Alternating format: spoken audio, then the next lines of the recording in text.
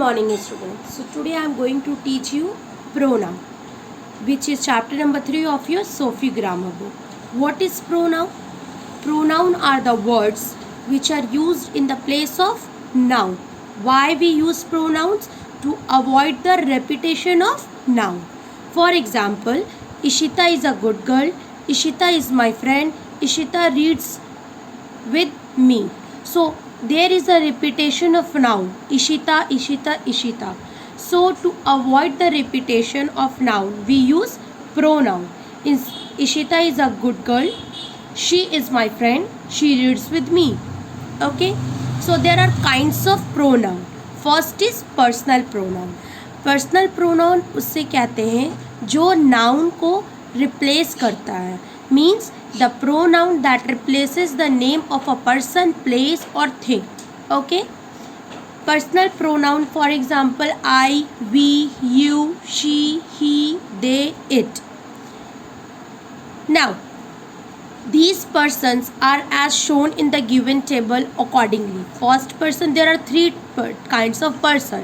First person, second person, third person. First person जो बात कर रहा है, second person जिससे बात हो रही है, and third person जिसके बारे में बात हो रही है. Okay? Singular and plural. First person में I, मैं बात कर रही हूँ, and किससे बात कर रही हूँ? आपसे बात कर रही हूँ. You किसके बारे में? ही, शी या इट के बारे में बात कर रहे हैं. Okay. Suppose if I am talking to you about a girl. Okay. So I is the first person, you is the second person and a girl. Girl के प्लेस पे क्या नाउन प्रोनाउन यूज होता है? She. तो she will be the third person. Now same with plural also. We हम लोग बात कर रहे हैं, यू तुम लोगों से बात कर रहे हैं, आप लोगों से बात कर रहे हैं. किसके बारे में? उन लोगों के बारे में, दे के बारे में. Okay. Next is demonstrative pronoun. वैसे प्रोनाउन जो नाउन्स को इंडिकेट करते हैं, शो करते हैं, रिफ्लेक्ट करते हैं, उन्हें हम लोग डिमॉन्स्ट्रेटिव प्रोनाउन बोलते हैं. For example this, that, these, those. This is use for singular and जब नियर रहता है object then we use this. That for singular but दूर के लिए, फार के लिए होता है. दीज प्लूरल बट नियर के लिए होता है. And those far but plural के लिए होता है. Okay. Interrogative pronoun. Third interrogative pronoun जब हमें कोई क्वेश्चंस पूछना रहता है then we use of interrogative pronoun. Means these pronouns are use to ask questions. W's words like who, whom, whose, what, which and how. Okay. Relative pronoun. Relative pronoun क्या होता है? वैसे प्रोनाउन अगर sentence में noun दिया हुआ है, okay, और उसके बारे में बात हो रही है, रिलेट करके बात हो रहा है, इसलिए उसे रिलेटिव प्रोनाउन कहते हैं. The word that belong to the WH फैमिली, that is who, whom, which, what, used to refer to an already mentioned noun. वो noun mention है उस sentence में और उसके बारे में बात हो रही है. Then we use of relative pronoun. The student who was awarded was the topper of last year. Student के बारे में बात हो रही है. ये वो स्टूडेंट जो अवार्ड किया गया था वो टॉपर था लास्ट ईयर का.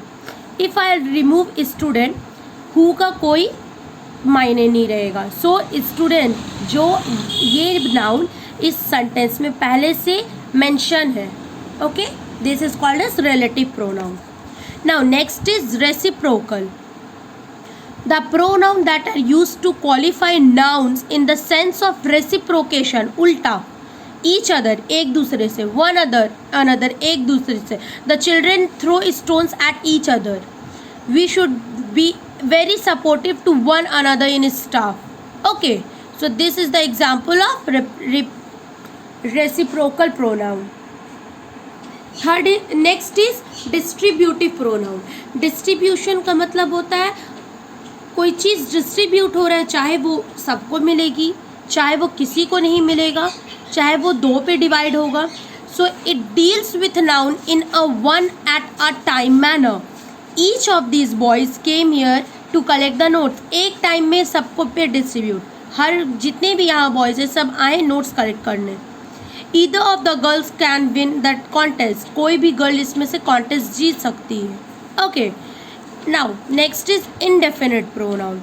वैसे pronoun that fail to specify noun in general sense, someone was there, anybody can achieve the goal, कोई भी गोल अचीव कर सकता है। you don't know the exact noun कि who is going to achieve the goal, you know कि कोई goal achieve करेगा but you don't know कौन करेगा। so the where you fail to specify noun in a general sense, that is called as indefinite pronoun, there we use indefinite pronoun।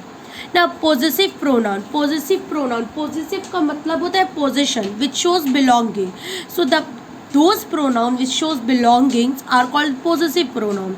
This book is mine, ये मेरा book है, mine यहाँ दिखा रहा है मेरा belonging. That pain is yours, ये तुम्हारा बुक है, योर्स क्या दिखा रहा है, बिलोंगिंग दिखा रहा है। So those pronoun, those words which used which shows belonging are the possessive pronoun. Next is reflexive pronoun. वैसे प्रोनाउन जो यूज़ होते हैं as a receiver of an action, उन्हें हम लोग रिफ्लेक्सिव प्रोनाउन बोलते हैं। फॉर एग्जाम्पल रिफ्लेक्सिव प्रोनाउन में क्या सेल्फ एंड सेल्व्स होता है। Self is use for singular where as selves plural में यूज होता है। ओके, आई का माई सेल्फ हो जाएगा, you yourself, this is for singular, you yourselves plural, he himself, she herself, we ourselves, it itself, they themselves, this is plural। okay, now I saw myself in the mirror, as you can see here, ये myself this is used as a receiver of an action। ये क्या कर रहा है, ये खुद ये आईने देख रहा है। if I'll say I saw in the mirror, किसको देखा, I saw my self in the mirror. So saw क्या है आपका एक्शन, और ये रिसीवर की तरह काम कर रहा है, मैंने खुद को मिरर में देखा। So this is reflexive pronoun.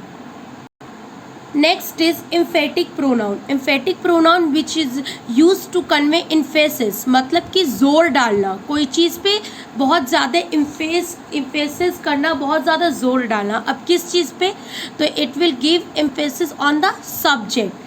I myself lock the door, मैंने, एंड यू मेक, यहाँ भी वही यूज़ होता है, myself, yourselves, plural में सेल्व्स होता है, सिंगुलर में सेल्फ होता है, बट यहाँ जस्ट सब्जेक्ट के बाद यूज़ होता है, उसे हम लोग एम्फेटिक रहते हैं।